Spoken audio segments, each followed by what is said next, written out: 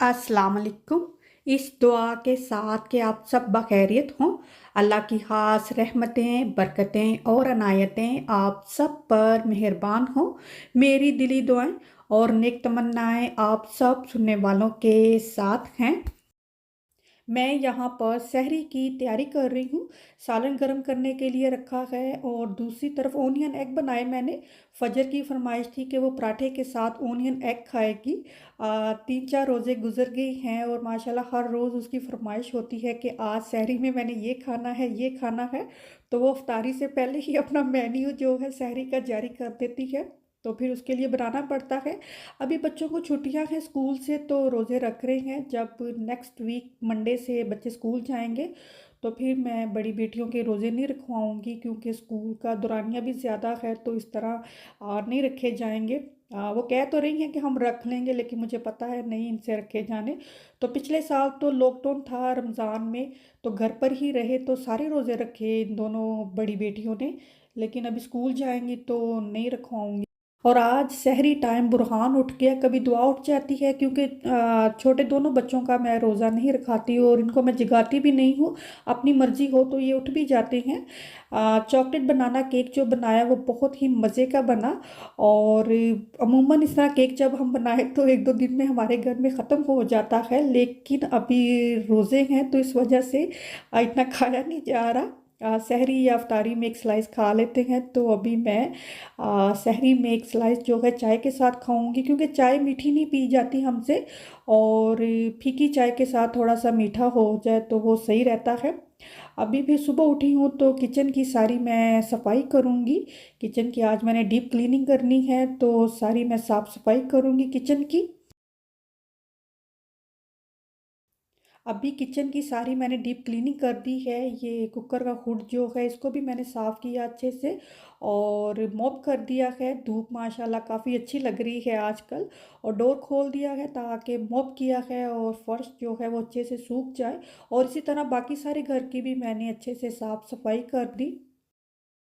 रोज़ा रखने के बाद सहरी में नींद मुझे इतनी ज़्यादा नहीं आती है, क्योंकि अभी बच्चों को छुट्टियां हैं और बच्चे देर तक सोए रहते हैं, और जब बच्चों ने स्कूल जाना शुरू कर देना है तो फिर मुझे भी नींद आनी शुरू हो जानी है, मुझे पता है। जुम्मे का दिन था, सुबह ही उठ के मैंने सारी साफ़ सफाई की और अभी जो है मैं ये ड्रेस पहनने लगी हूँ। ये मैंने पिछली ईद पर मंगवाया था, पिछली छोटी ईद पर। और ऐसे कपड़े आप जानते हैं इतने ज़्यादा पहने नहीं जाते हैं, एक या दो दफ़ा ही पहना होगा। तो रमज़ान है और जुम्मे का रोज़ा तो बड़ा ही बाबरकत होता है जुम्मे का दिन, तो रमज़ान का जुम्मा हो तो और ही ज़्यादा है। तो सोचा आज अच्छे कपड़े पहने जाए। अब ज़ाहिर है हम जो कपड़े पहनते हैं वो अच्छे ही होते हैं, लेकिन ऐसे ओकेजनल वियर के कुछ ज़्यादा अच्छे होते हैं जो कि आम तौर पर घर में नहीं पहने जाते हैं। तो आज सोचा ये पहन कर ही खाना बना लिया जाए। और यहाँ पर मैं बल्लियाँ बना रही हूँ। बल्लियाँ थोड़ी थोड़ी ही बनाती हूँ, बहुत ज़्यादा बनाकर भी रख सकते हैं, लेकिन ख़त्म होगी तो अभी मैं दोबारा बना रही हूँ। आज मैंने बल्लियाँ बनानी थी, क्योंकि ये बल्लियाँ बनाना बहुत ही इजी है, मुश्किल नहीं है। तो जितनी चाहिए होती है मैं उसी वक्त बना लेती हूँ। थोड़ा सा बेसन घोल के रख दें और इस तरह से इनको फ्राई कर लें।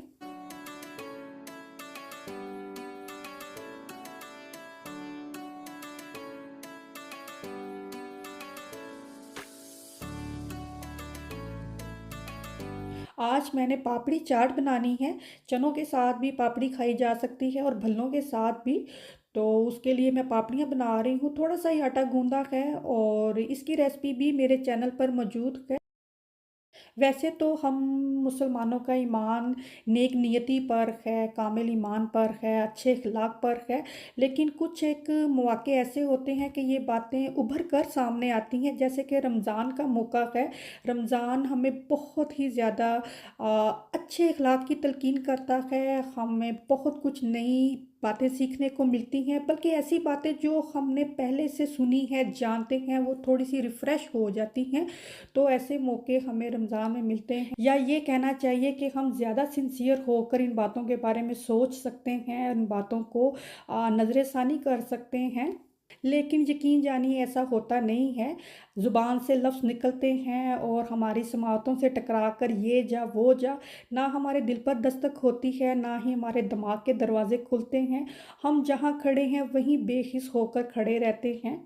हमारा मज़हब हमें इख़लाक़ का सबक देता है, रिश्तों की पासदारी का सबक देता है, लेकिन सवाल ये है कि क्या हम इस पर अमल पैरा हो रहे हैं? क्या हम वाक़ई ही अपने रिश्तों को ईमानदारी से निभा रहे हैं? और मेरा जवाब ये होगा कि हम अपने रिश्तों को ईमानदारी से बिल्कुल भी नहीं निभा रहे हैं, क्योंकि हमें सिर्फ़ अपने हकूक़ याद हैं कि मेरा ये हक़ है, मुझे ये चाहिए, मेरी ये डिमांड है। फ़राइज़ की बात सुनकर हम अपने कानों में उँगलियाँ ठूँस लेते हैं कि हमारा कोई फ़र्ज़ है ही नहीं, और जब रिश्ते इस नौबत तक आ जाते हैं तो फिर शुरू होती है मुनाफ़क़त। क्योंकि बज़ाहिर तो हम एक दूसरे से मिलते हैं, बातचीत कर रहे होते हैं, एक दूसरे का ख़्याल भी रखते हैं और बहुत ज़्यादा भी ख़्याल रख जाते हैं। बाज़ औक़ात ऐसा भी होता है, लेकिन किसी मौके पर आकर हम कोई ऐसी बात कह देते हैं, कुछ ऐसा कर जाते हैं कि अक्ल जो है वही हाथ जोड़ के खड़ी हो जाती है कि इस बंदे के दिल में क्या कुछ है, या मेरे दिल में किसी के लिए क्या कुछ है। क्योंकि जब तक हमारे दिल में दूसरे इंसान के लिए साफ़ गोई नहीं होगी, हमारा दिल दूसरे इंसान की तरफ से साफ़ नहीं होगा, भले ही वो इंसान कितना अच्छा क्यों ना हो, हमारे दिल में जो गिरा लग गई है वो नहीं खुलती। रिश्तेदारियां निभाने में मुसाफ़तें भी बड़ा अमल दखल रखती हैं। अब इसका क्या मतलब है? मिसाल के तौर पर जो लोग हमें नज़र आ रहे हैं, जो रिश्ते हमारे आस-पास हैं, जिनसे हमारा ताल्लुक़ है, जिनसे हमारी बातचीत है, वो ही हमारे मंज़ूर नज़र होते हैं, चाहे वो हमें जूते ही मार रहे हैं, चाहे वो हमारे खैर-ख्वाह नहीं हैं।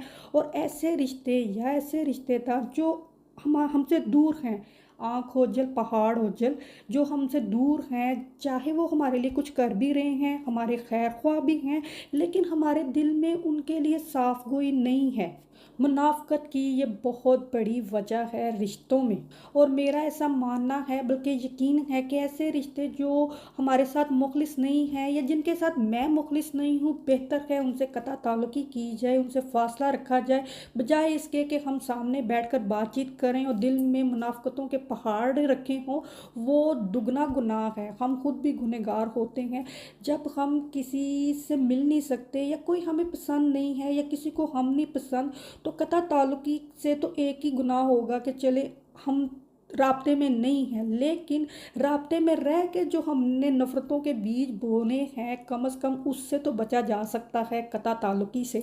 अगर माँ बाप किसी के साथ मुख़लिस नहीं हैं, नेक नियति के साथ किसी के साथ मुख़लिस नहीं हैं, तो कहीं ना कहीं उसका खमियाजा औलाद को भी भुगतना पड़ता है। तो इस सूरत में अगर हम ईमानदारी से खुद काम कर जाएं, तो कम से कम हमारी औलाद जो है वो शायद इस खमियाजे से बच सकती है। मेरी इन बातों का ये मतलब हरगिज़ नहीं है कि अब सारे रिश्ते छोड़कर बैठ जाए, और मुझे बहुत से लोग कमेंट कर दे कि ये क्या बातें करने शुरू कर दी हैं इसने।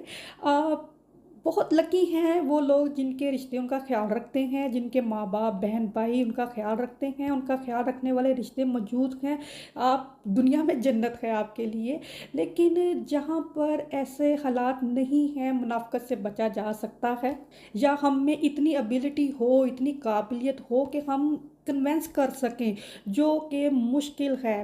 मैं समझती हूँ कि मैं नाकाम हुई हूँ इस चीज़ में कि मैं किसी को कन्वेंस कर सकूँ। जितना मर्ज़ी किसी को समझा लिया जाए, उसकी सुई ज़ीरो पर ही आकर खड़ी होती है। तो ऐसी सूरत में सिर्फ़ हम अपने आप को समझा सकते हैं, क्योंकि हमारा अपना ज़हन वजूद ही हमारे काबू में रह जाता है और कुछ भी नहीं पीछे बचता। एक बात शुरू की और देखें वो कितनी लंबी चली गई, और जो व्लॉग है वो कहीं पीछे ही रह गया। मैं यहाँ पर कोफ्ते बना रही हूँ, क्विक कोफ्ता करी और कोफ्ता पुलाव बना रही हूँ। आपने देखा मैंने जिंजर गार्लिक ओनियन योगर्ट और कोफ्ता मसाला ग्राइंडर में डालकर एक ही दफ़ा इसको ग्राइंड कर लिया है, और घी में पका रही हूँ। और अभी इसको हमने पकने के लिए रख देना है, और जब ये पक जाएगा तो इसमें हमने कोफ्ते डाल देने हैं। हमें अलग से प्याज पकाने की या योगर्ट डालने की या मसाला डालने की ज़रूरत नहीं है। ये क्विक कोफ्ता करी है, और यहाँ पर मैं कोफ्ते बनाने अब लगी हूँ, पहले नहीं बनाए मैंने। कोफ्ता मसाला मैंने बनाया है, मेरे चैनल पर रेसिपी है भी कोफ्ता मसाले की, उसका लिंक मैं डिस्क्रिप्शन डिस्क्रिप्शन बॉक्स में छोड़ दूँगी।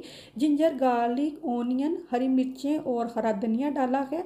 कोफ्ते बनाएं, कबाब बनाएं, सीख कबाब बनाएं, चपली कबाब बनाएं। हरा धनिया और हरी मिर्चें ज़रूरत से थोड़ी ज़्यादा डालें और फिर देखें कि कितने ही मज़े के कबाब कोफ्ते तैयार होंगे। हरी मिर्चें और हरा धनिया जो है वो ना सिर्फ देखने में अच्छा लगता है कबाब में, इसका जायका जो है वो कबाब के या कोफ्तों के फ्लेवर को और ज़्यादा बढ़ा भी देता है।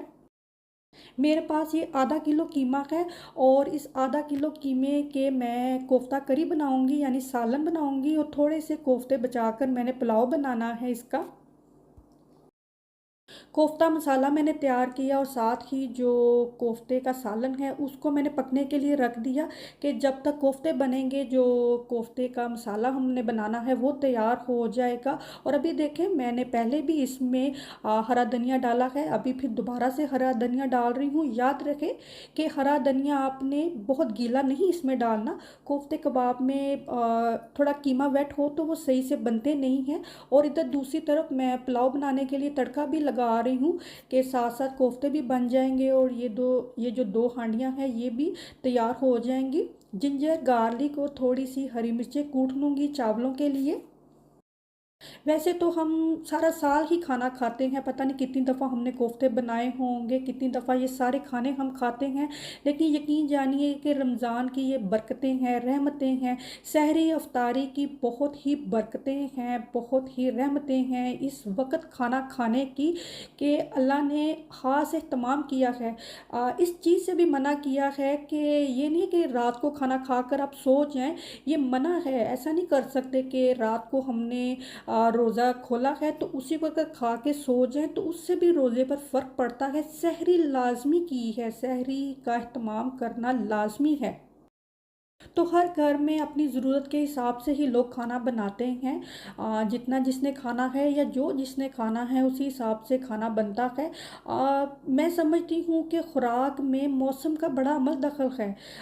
जैसे कि मुझे लगता है गर्म इलाकों में ज़्यादा स्ट्रगल करते हैं लोग क्योंकि गर्मी बर्दाश्त करते हैं और उनकी भूख भी उसी हिसाब से होती है, और मुझे लगता है ज़्यादा होती है, भूख ज़्यादा लगती है। जबकि यहाँ पर सर्दी है और अप्रैल का महीना है, यकीन जानिए कि अभी तक यहाँ पर सर्दी है। सम टाइम हमें हीटिंग ऑन करनी पड़ जाती है, रज़ाइयाँ लेनी पड़ती हैं कि अभी तक सर्दी है। हालांकि अप्रैल में कभी यहाँ पर ऐसा मौसम नहीं हुआ। तो खुराक भी जो है वो उसी हिसाब से ही खाई जाती है। कुछ लोगों को लगता है कि ये बहुत ज़्यादा खाना है या हम बहुत ज़्यादा खाते हैं। भले हम जितना मर्ज़ी पका रहे हैं, मेरे घर में खाना ज़ाया नहीं होता है क्योंकि हमने खुद कमाना है, खुद ही हमने रिज़्क कमाना है, और पैसा किस तरह कमाया जाता है ये मुझसे बेहतर कोई नहीं जान सकता। और बहुत मेहनत होती है पैसा कमाने में, और रिज़्क हम ज़ाया नहीं करते हैं। चाहे 2-3 दिन हमारे घर में सालन रोटी चावल पड़े हों, मेरे हस्बैंड खा लेते हैं। अमूमन मर्द हजरात जो होते हैं उनके बड़े नखरे होते हैं, वो ताज़ा खाना ही खाते हैं। एक दिन का सालन नहीं वो खाते। लेकिन अल्हम्दुलिल्लाह मेरे हस्बैंड ताज़ा खाना बना हो, अगर फ्रिज में 1-2 दिन का सालन पड़ा हुआ है तो वो खा लेंगे। तो खाना हमारे घर में ज़ाया नहीं होता है, चाहे हम ज़्यादा भी पका लें। तो अभी देखें जैसे मैं खाना बना रही हूँ, हो सकता है किसी को लग रहा है अल्लाह इतना खाना, लेकिन जब तक ये ख़त्म नहीं होगा मैं दूसरा खाना नहीं बनाती हूँ। क्योंकि खाना बनाने में मेहनत लगती है, घर में कुकिंग करने में मेहनत लगती है, और जो चीज़ें आप ला के पका रहे हैं वो भी ज़ाहिर है आपने पैसा खर्च करके ही लाए हैं, कोई मुफ्त में तो ले नहीं आए। तो इस तरह हम खाना ज़ाया नहीं करते हैं। हमने जितना खाना खाया है रख लिया है, फ्रिज में पड़ा हुआ है, हमारे बच्चे भी खा लेते हैं। और अल्हम्दुलिल्लाह मेरे बच्चे बिल्कुल भी नखरा नहीं करते कि ये क्या मैंने खाना है, ये खाना है, मुझे ये बना कर दें, वो बना कर दें। हाँ, बच्चों की डिमांड होती है कि मैंने ये खाना है, वो खाना है, लेकिन ये है कि बच्चे नखरा नहीं करते कि खाना पड़ा हुआ है तो हमने खाना ही नहीं है, हमें ताज़ा ही बना कर दें। ऐसा सिलसिला मेरे घर में नहीं है। और आप साथ साथ देख रहे हैं मैं काम भी कर रही हूँ, और किचन देखें कितना मेरा भरा हुआ है, सिंक बर्तन धोने के लिए। और कोफ्ते मैंने डाल दिए, मैं कोफ्तों को फ्राई नहीं करती हूँ, और इधर पुलाव जो है उसमें कोफ्ते डाल दिए हैं। और ये मैंने दिन में बना कर रख लिए काफ़ी जो राइस हैं, और जब रोज़े का टाइम हुआ तो उस वक्त इसमें पानी डालकर बॉयल करके तो राइस डाल दिए। और कोफ्ते देखें अच्छी तरह से जब भून गए हैं तो इसमें वाटर डाल दिया है, और जितनी ग्रेवी बनानी पानी है उसी हिसाब से इसमें पानी डालकर इसको पकने के लिए रख दिया है मैंने। और यहाँ पर जो पुलाव है उसका मसाला तैयार हो रहा है, जो कोफ्ता पुलाव बना रही हूँ मैं। खाना पड़ा हुआ है, लेफ़्ट ओवर फूड है, आप उसको किस तरह यूज़ कर रहे हैं। लेफ़्ट ओवर फूड है तो ये नहीं उसको उठाकर बाहर फेंक दिया जाए। ये तो ख़ातून खाना पर है कि वो कितनी अक्लमंद है, कितनी उसको शऊर है कि वो खाने को किस तरह से यूटिलाइज़ कर सकती है। अभी देखें, ये क्रीम चाट मैंने बनाई थी, अभी इसकी हमने बना लेनी है स्मूदी। और इसको एज अ स्मूदी भी पी सकते हैं। और इसको मैं ये आइस लॉलीज में डालकर फ्रीज़ कर दूँगी। और इतनी मज़े की कुल्फ़ियाँ बनी कि अफ्तारी के बाद मेरे बच्चों ने इतनी खुश होकर ये कुल्फ़ियाँ खाई। और इसको स्मूदी के तौर पर भी पिया जा सकता है। और इसको इस तरह से आइस लोली में डालकर आप फ्रीज़ कर दें तो ये कुल्फ़ियाँ बन जाएंगी, क्योंकि इसमें योगर्ट है, डबल क्रीम है और फ्रूट है। और इतने मज़े की ये कुल्फ़ियाँ तैयार हुई। पहले तो ये होता था कि जो लेफ़्ट ओवर फूड है उसका मसला ही पड़ जाता था कि इसका किया क्या जाए। लेकिन अभी वक्त के साथ साथ बहुत सी जिद्दत आई है, जहाँ खाना बनाने में वहाँ लेफ़्ट ओवर फूड को यूज़ करने में भी बहुत ज़्यादा रेसिपीज़ क्रिएट हो गई हैं। तो ये देखें, लेफ़्ट ओवर फूड के साथ आप कितनी ज़्यादा और चीज़ें भी बनाई जा सकती हैं। और इसी तरह बहुत से और तरीके भी हैं कि आप बचे हुए खाने को किस तरह यूज़ कर सकते हैं। ये नहीं कह देना चाहिए कि ये खाना टू मच है या ये ज़ाया हो रहा है। हाँ, अगर आप किसी को खाना बिन में फेंकते हुए देख रहे हैं फिर तो वो तो तनकीद का बायस बनता ही है और करनी भी चाहिए उस पर तनकीद। और अभी देखें, ईमान ने रोज़ा रखा हुआ है और वो मेरी मुसलसल हेल्प करवा रही है। यहाँ पर हरे धनिए, हरी मिर्चें और थोड़ी सी क्रश रेड चिली डाली है। चीनी और थोड़ा सा नमक डालने से इसमें फ्लेवर आएगा, वरना इसमें कोई फ्लेवर नहीं आएगा। अगर आप चाहें तो इसके बगैर भी बनाकर इसको टेस्ट कर सकते हैं, लेकिन थोड़ी सी चीनी और थोड़ा सा नमक डालने से इस चटनी में फ्लेवर आएगा। और यहाँ पर ये हरी चटनी बनाई है और सारी ही डाल दी मैंने, और वो बोल जो है वो छोटा पड़ गया। और यहाँ पर अभी ईमान ही दही फुल्कियाँ बना रही है। योगर्ट लिया है, थोड़ा सा दूध और थोड़ी सी क्रीम डाली। दही बल्लियों की क्वांटिटी का पूछा मुझसे किसी ने। इसकी आई थिंक कोई ऐसी स्पेसिफिक क्वांटिटी नहीं हो सकती है कि आपको कितना ज़्यादा चाहिए। तो ये तकरीबन, और ये तकरीबन 1 कप योगर्ट है, थोड़ा सा दूध इसमें डाला है, थोड़ी सी डबल क्रीम डाली है। इसके बगैर भी ये दही भल्ले बन जाएंगे, लेकिन थोड़ा सा दूध डालने से इसका थोड़ा सा टेक्सचर बन जाता है और डबल क्रीम से फ्लेवर थोड़ा और उभर कर आता है। थोड़ी सी चीनी और थोड़ा सा नमक इसमें लाजमी डालना है, ये इसकी बेस है।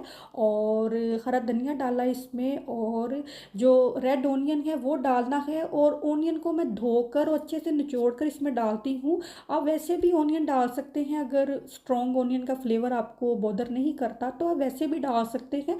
लेकिन हमें ताज़ा कटा हुआ ओनियन का फ्लेवर काफ़ी स्ट्रॉन्ग हो जाता है, तो हमें वो इतना अच्छा नहीं लगता। तो हम धोकर उसको निचोड़ लेते हैं अच्छे से। गीला नहीं डालना कि वो वाटरी हो जाएगा। और भल्लियाँ जो हैं वो बनाकर बॉइलिंग वाटर में सोक कर दें थोड़ी देर के लिए, और फिर उनको खुली सी छलनी में डालकर रख दें ताकि अच्छे से वो ड्राई हो जाएं। और फिर इसको सर्विंग डिश में निकाल लिया है। चाट मसाला भी मेरा होममेड है, और ये इमली की चटनी है, ये ऑलमोस्ट ख़त्म हो गई है। और रोज़ों से पहले मैंने नई चटनी बना ली थी, क्योंकि उसको थोड़ा टेस्ट करना पड़ता है। और वो मैंने बना ली थी पहले ही, कि वैसे अंदाजे से नहीं बन सकती कि उसमें कितनी मुझे मिठास चाहिए। चना चाट बनाने के लिए यहाँ पर मैंने चने लिए हैं, ये घर पर ही बॉयल किए हुए हैं, फ्रीज़ किए थे मैंने। और थोड़ा सा योगर्ट इसमें डालना है, और थोड़ी सी जो हरी चटनी है, इमली की चटनी, और चाट मसाला डाल देना है। थोड़ा सा ये इसका जो टेक्सचर है वो थोड़ा वाटरी सा होगा। उसकी वजह ये है कि ये मैंने पापड़ी चाट बना रही हूँ, चना पापड़ी चाट। और जब हम इसमें पापड़ी डालेंगे तो वो अपने आप सेट हो जाना है इसका लिक्विड। याद रखें कि इसको ज़ाहिर है आपने इफ्तारी से पहले ही इसको बनाना है। अगर आप इसको बनाना चाहें तो पापड़ी इसमें अभी नहीं डालनी, कि वो क्रंची सी है, तो ये वेट कंसिस्टेंसी है इसकी, तो उसने इसको गीला कर देना है। ये देखें, ऐसी कंसिस्टेंसी मैंने रखी है इसकी। और इसको सर्विंग डिश में निकाल कर रख देना है। जब सर्व करना है तो पापड़ी साथ रख दें, तो जिसको जितनी चाहिए वो उस वक्त यूज़ कर सकता है। इस वक्त इसमें नहीं डालनी कि वो सोगी हो जाएगी।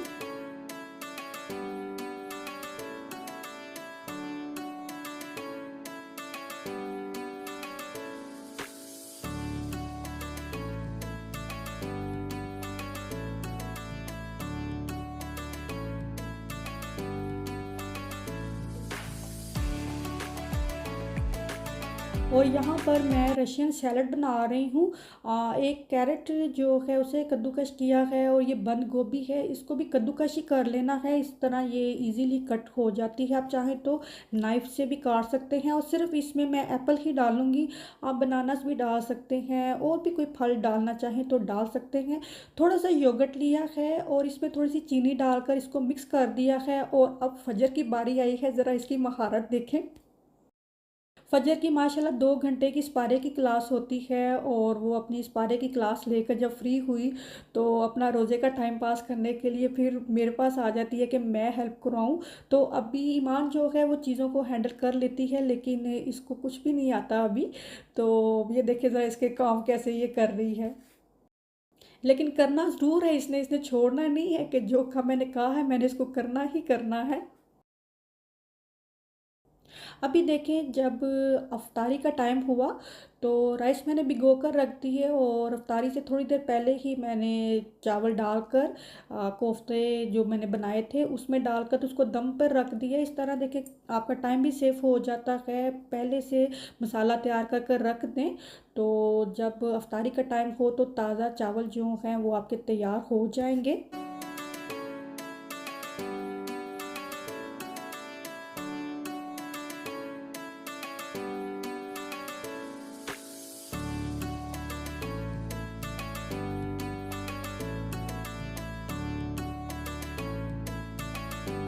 और यहाँ पर फाइनली हमारा रमज़ान अफ्तार फैमिली टेबल जो है वो तैयार हो गया है और रमज़ान का पहला जुम्मा है जो आप सबको बहुत मुबारक हो।